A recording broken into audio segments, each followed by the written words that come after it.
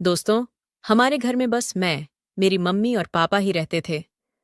मेरे पापा को अपने नौकरी के कारण महीने में करीब 20 दिन बाहर रहना पड़ता था। मेरी और मम्मी की उम्र में सिर्फ 18 साल का फासला था। इस वजह से हमारी आपस में खूब बनती थी।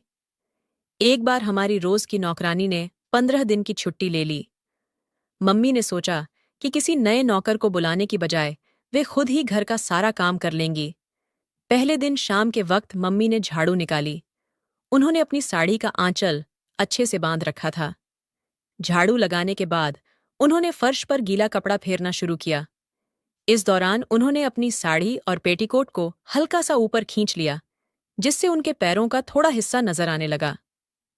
मम्मी को इस हालत में देखकर मेरे दिमाग में कुछ अटपटे विचार आने लगे। हालांकि मैंने कुछ किया नहीं। अब तो मम्मी हर दिन ऐसे ही कपड़े ठीक करके झाड़ू पोंछा करने लगी थीं। एक दिन जब मम्मी फिर से वैसे ही काम कर रही थीं, तो मुझसे रहा नहीं गया। मैंने कहा, मम्मी, आप ऐसे कपड़ों में ये काम मत करो। मम्मी ने मेरी ओर देखा और बोली, क्या हो गया बेटू? मैंने कहा, मम्मी, मुझे ठीक नहीं लगता। मम्मी ने पूछा, क्यों? क्या परेशानी हो रही है तुझे? मैंने हौसला जुटाकर कहा, मम्मी, आपको इस तरह देखकर मुझे कुछ अजीब सा लगता है। मन में कुछ अलग सा चलता है। मम्मी हल्के से हंसी और बोली, कैसा अजीब? क्या महसूस हो रहा है तुझे? मैंने कहा, बस दिमाग में कुछ उल्टे पुल्टे ख्याल आते हैं। तभी मम्मी उठ खड़ी हुई और बोली, अच्छा, तो तुझे वो चाहिए? अगर चाहिए तो बोल दे, मैं ले आऊं। मैंने हैरत से मम्मी को देखा और कहा, मम्मी, सच में कह रही हो? मम्मी ने मुस्कान के साथ कहा, हाँ, क्यों नहीं। जब तू छोटा था तब तो मैं ऐसा हमेशा करती थी। फिर मम्मी मेरे पास सोफे पर बैठ गईं और बोलीं, आ, मेरी गोद में सिर रख ले। मैंने मम्मी की गोद में सिर टिकाया और लेट गया। मम्मी ने धीरे से पूछा, अच्छा लग रहा है ना? मैंने सिर्फ सिर हिलाकर हाँ में जवाब दिया। मम्मी ने प्यार से कहा, तो जितना मन हो उतना रह। मुझे भी अच्छा लग रहा है। कितने सालों बाद कोई मेरे इतने नजदीक आया है। फिर मम्मी ने पीठ सोफे से टिकाई और आंखें मूंद लीं। थोड़ी देर बाद मैंने पूछा, मम्मी, आपको अच्छा लग रहा है ना? मम्मी ने मेरे सिर पर हाथ फेरते हुए कहा, अरे, कितना अच्छा लग रहा है, मैं क्या बताऊं। फिर मम्मी उठी, मेरा हाथ थामा और बोली, चल, अपने कमरे में चलते हैं। हम कमरे में पहुंचे। मम्मी बिस्तर पर लेट गईं और बोलीं, आ, मेरे पास आ जा। मैं मम्मी के पास गया और बोला, मम्मी, हम कब ऐसे बात करते थे? ऐसा तो मैंने सिर्फ फिल्मों में देखा है। मम्मी ने मुझे अपने पास लेटने का इशारा किया। मैं उनके बगल में लेट गया। फिर वो मेरी तरफ पलटी और मुझे अपनी ओर खींचते हुए बोली, बेटू, अब अच्छा लग रहा है ना? मैंने मम्मी की ओर देखते हुए कहा, आप ऐसा क्यों पूछ रही हो? मेरे लिए तो ये जिंदगी का पहला ऐसा पल है। मुझे तो भरोसा ही नहीं हो रहा कि ये इतना अच्छा हो सकता है। और आपको? मम्मी ने मेरे गाल पर हाथ रखते हुए कहा, कई सालों बाद आज मुझे सुकून मिला है। तूने जो कहा उससे मुझे बहुत खुशी हुई, जैसे किसी ने मुझे झरने के नीचे नहलाकर तरोताजा कर दिया हो। क्या तू मेरे साथ हमेशा ऐसा ही रहेगा? मैंने कहा, आपकी खुशी के लिए मैं सब कुछ करूंगा। मम्मी ने मुझे बार बार गले लगाया और बोली, मेरा बेटू कितना अच्छा है। अब हम हमेशा ऐसे ही रहेंगे। फिर मैंने मम्मी से कहा, अगर आप नाराज ना हो तो एक सवाल पूछूं? मम्मी बोली, नाराज क्यों होंगी? पूछ, मेरा लाडला। मैंने पूछा, मम्मी, क्या पापा आपके साथ नहीं रहते? आप दोनों की बातचीत नहीं होती क्या? मम्मी ने एक लंबी सांस ली और बोली, पिछले कुछ सालों से हमारी बात बहुत कम होती है। 4-5 महीने में कभी मिलते हैं, और जब मिलते हैं तो वो जल्दी सो जाते हैं। मैंने मम्मी की गोद में चेहरा छिपा लिया और चुप हो गया। मम्मी ने कहा, क्या तू यूं ही बोल रहा है? मैंने कहा, नहीं, मैं सच में जानना चाहता था कि क्या उन्हें अच्छा लगता है। मम्मी मेरे सामने आई और मेरे गाल पर हल्का सा थप्पड़ मारते हुए बोली, हाँ, किसे अच्छा नहीं लगेगा? तूने तो अभी देखा ना। फिर मम्मी ने कहा, चल, फिर कभी करेंगे। अभी बहुत काम पड़ा है, मुझे उठना होगा। खाना भी तैयार करना है। ये कहकर मम्मी उठकर चली गईं। तभी मैंने पूछा, मम्मी, क्या आप आज फिर से आएंगी? मम्मी बोली, हाँ रे मेरा बच्चा, आज ही, और बड़े मजे से। फिर मम्मी हॉल में गईं, कपड़े ठीक किए और खाना बनाने की तैयारी शुरू कर दी। मैं भी पीछे पीछे गया और अपनी कमीज पहन ली। जब मम्मी ने खाना बना लिया तो हम दोनों ने मिलकर खाया। खाने के बाद मम्मी ने सब कुछ साफ कर दिया। फिर मैंने कहा, मम्मी, आपने कहा था ना कि बात करेंगे। मम्मी ने मेरे कंधे पर हाथ रखते हुए कहा, हाँ रे बेटू, चल कमरे में। हम दोनों कमरे में गए। मम्मी हंसते हुए बोली, बड़ा समझदार हो गया है मेरा बेटू। मैंने जवाब दिया, मैंने पहले ही कहा था, अब आपने देख लिया ना। फिर मम्मी मेरे पास आईं और बोली, जरा रुक जा। वो थोड़ा दूर जाकर खड़ी हो गईं और बोली, मैंने तुझे पहले ही बता दिया था, तू मेरे पास नहीं आएगा। मैंने सिर हिलाकर सहमति जताई। अब मैं मम्मी को देख रहा था।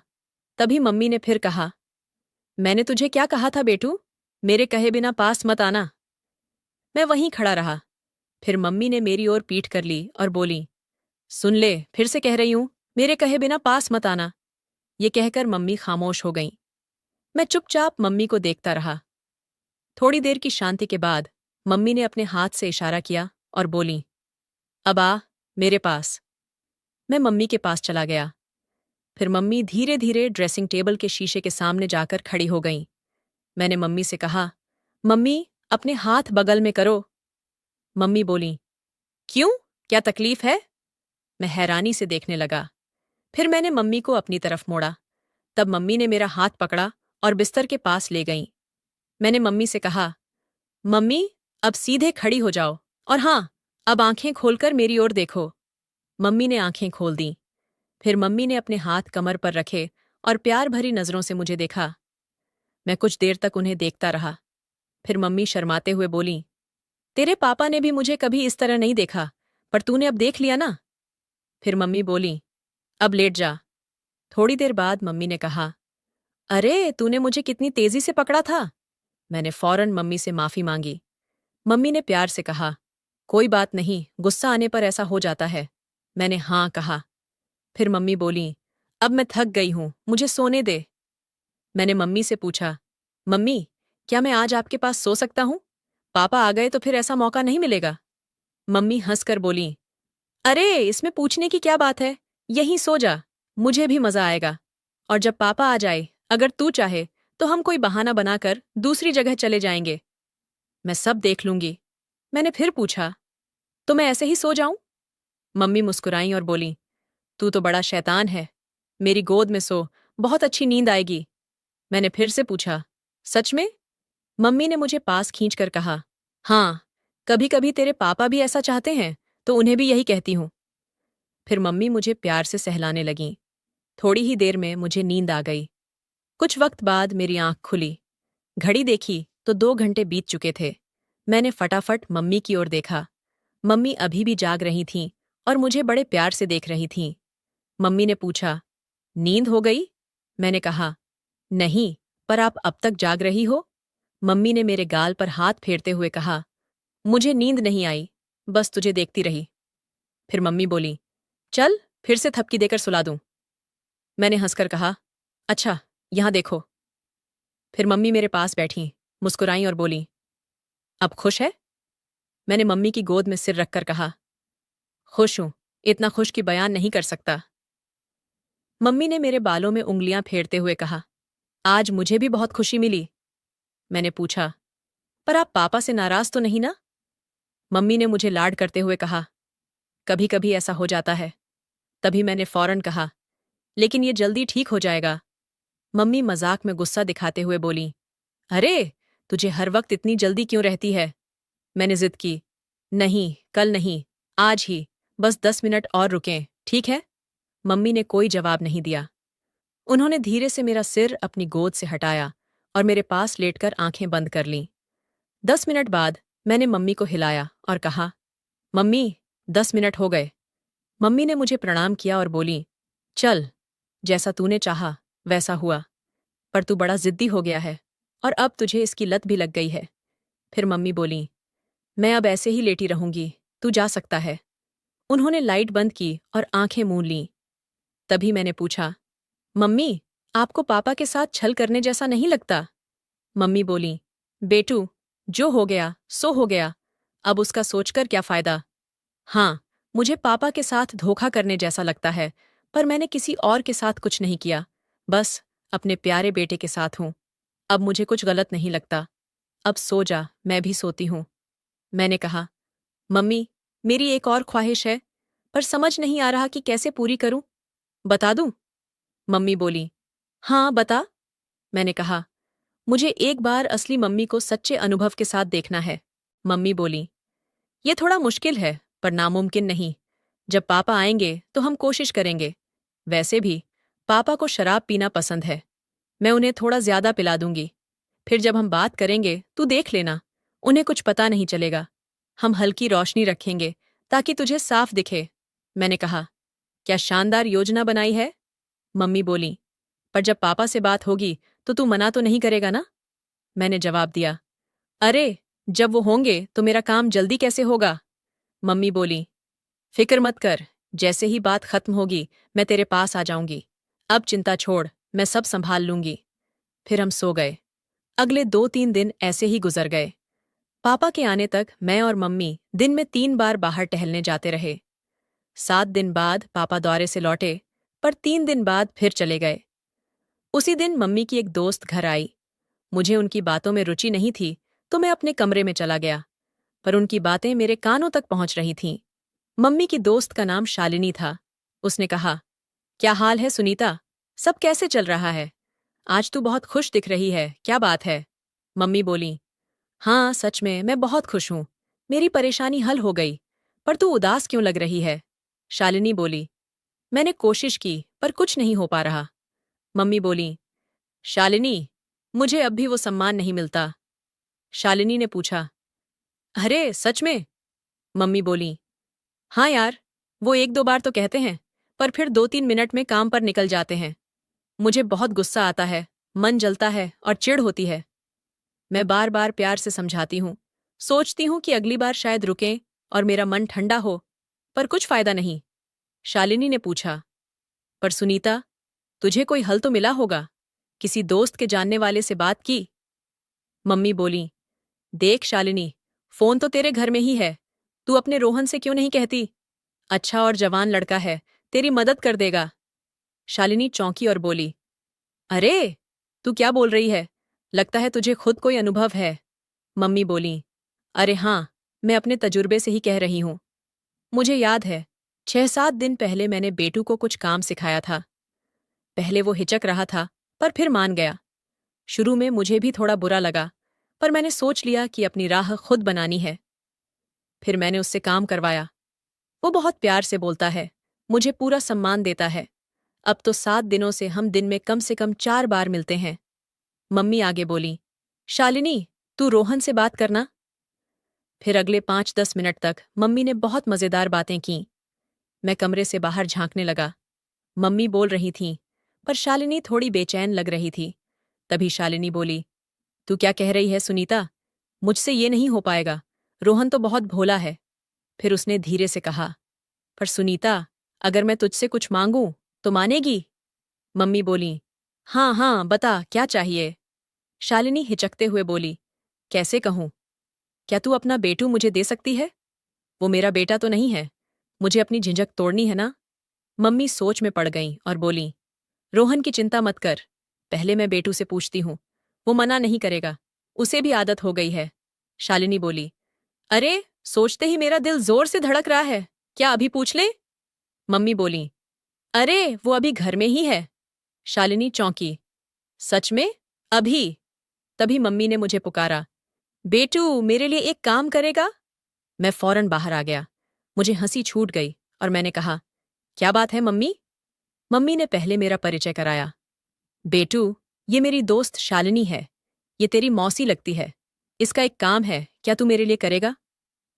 ये सुनकर मुझे जोर से हंसी आई और मैंने कहा, मम्मी, आपका काम हो गया समझो। मैं तैयार हूं। मैंने आपकी सारी बातें पहले ही सुन ली हैं। ये सुनकर शालिनी मौसी शर्मा गईं। मम्मी ने शालिनी से पूछा, अब बता, कब और कहाँ? शालिनी मौसी ने धीरे से कहा, आज भी ठीक है? मम्मी बोली, अभी नहीं। इन बातों से ही मुझे नींद आ रही है, पर आज शाम को इसे तेरे पास भेज दूंगी। शालिनी मौसी ने चिंता जताई, आज घर में सब होंगे। कल दोपहर भेज देना। तब सब ऑफिस में होंगे और रोहन भी 5 दिन के लिए कहीं जा रहा है। मम्मी ने हाँ कह दी, पर शालिनी मौसी फिर भी जाने को तैयार नहीं थी। आखिर में मम्मी बोली, शालिनी अब चल भी, कल बेटू तेरे पास आ जाएगा। फिर मौसी चली गईं। उनके जाते ही मम्मी ने मुझे चिढ़ाया, बेटू, मौसी से मिलने के बाद मुझे तो नहीं भूल जाएगा। मैं मम्मी के पास गया और बोला, आपको भूलना कैसे मुमकिन है? आप मेरी सबसे प्यारी हो। मम्मी ने पूछा, चाय पिएगा? मैंने हाँ कहा तो मम्मी चाय बनाने चली गईं। चाय लेकर आईं। चाय पीते हुए मैंने पूछा, मम्मी, शालिनी मौसी आपसे बड़ी है ना? उनके बाल सफेद हो रहे हैं। मम्मी बोली, ज्यादा नहीं, बस 1-1.5 साल बड़ी होंगी। मैंने कहा, कल उनसे मिलने जाऊंगा तो वो उम्र दराज लगेंगी। मम्मी बोली, उम्र ज्यादा हो तो क्या, उन्होंने खुद को अच्छे से रखा है। तूने हाँ कर दी है तो जा और देख ले, अगर पसंद न आए तो दोबारा मत जाना। हम बात कर रहे थे कि मम्मी का फोन बजा।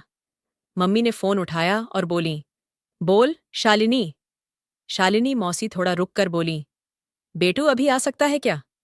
मम्मी बोली, रुक, अभी पूछती हूँ। मम्मी ने स्पीकर ढककर मुझसे पूछा, अरे, शालिनी मौसी पूछ रही है, क्या अभी जा सकता है? अभी तो हमने बात की थी, पर उसने फिर पूछा। मैंने मुस्कुराकर कहा, मुझे कोई परेशानी नहीं, पर अंकल और रोहन? उसने कहा, अंकल अचानक दौरे पर गए हैं और रोहन ने बताया कि वो आज दोस्त के घर रुकेगा। आज उनका आना मुश्किल है। मैंने कहा, ठीक है मम्मी, उसे कह दो, मैं 20 मिनट में पहुंच रहा हूं। मम्मी ने फोन कान से लगाकर कहा, उसे कोई दिक्कत नहीं, मैं अभी भेजती हूं, वो 20 मिनट में पहुंच जाएगा। तू तैयार रहना और हाँ, शुभकामनाएं। मैंने जल्दी से चाय खत्म की, फ्रेश हुआ, कपड़े बदले और निकल गया। मैं मौसी के घर 15 मिनट में पहुंच गया। बाइक पार्क करते वक्त देखा कि मौसी बालकनी में खड़ी थीं। लिफ्ट से ऊपर गया।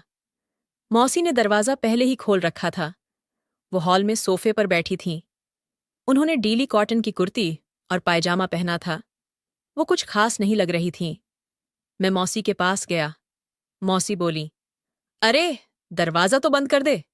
मैंने दरवाज़ा बंद किया और कहा, बोलो, तैयार हो ना? मौसी शर्माते हुए बोली, इसीलिए तो बुलाया। फिर उन्होंने मेरा हाथ पकड़ा और पास खींच लिया। नजरें हटाते हुए बोली, तो तू और सुनीता सच में? मैं हंसते हुए बोला, आपको सब बताते वक्त मम्मी को जरूरत लगी, इसलिए मुझे बुलाया और आपके जाते ही फिर बुला लिया। मौसी बोली, तो अब हम? मैंने कहा, मैं आपकी सारी बातें सुन रहा था, अब देर मत करो, मुझे लौटना भी है। फिर 30 मिनट बाद शालिनी मौसी बोली, आज के लिए बहुत बहुत धन्यवाद बेटू, फिर आएगा ना? अगर नहीं आया तो याद रख, मैं आ जाऊंगी। मैंने कहा, मौसी, मुझे अब जाना होगा, मम्मी इंतजार कर रही होंगी। मौसी मुस्कुराईं और बोली, ठीक है, पर कल जरूर आना, नहीं तो तुझे याद करूंगी। मैं तैयार होकर घर निकल गया। मम्मी ने दरवाज़ा खोला और पूछा, बेटू, क्या हुआ? उसका काम हो गया? मैंने मुस्कुराकर कहा, हाँ मम्मी। मम्मी ने आंखें बड़ी करके कहा, अरे, ये कौन से अजीब लफ्ज़ बोल रहा है? मैं हंसते हुए बोला, मौसी ने सिखाए, मुझे तो अच्छे लगे। मम्मी बोली, बड़ा भाग्यशाली है तू, पर एक बात सुन ले, मेरी माननी पड़ेगी। तो दोस्तों, ये थी हमारी आज की छोटी कहानी। आपको ये कैसी लगी, कमेंट में ज़रूर बताएं। अगर पसंद आई तो लाइक करें और दोस्तों के साथ शेयर करें। ऐसी ही मज़ेदार कहानियों के लिए हमारे चैनल को सब्सक्राइब करें और बेल आइकन दबाएं, ताकि कोई कहानी मिस न हो। धन्यवाद।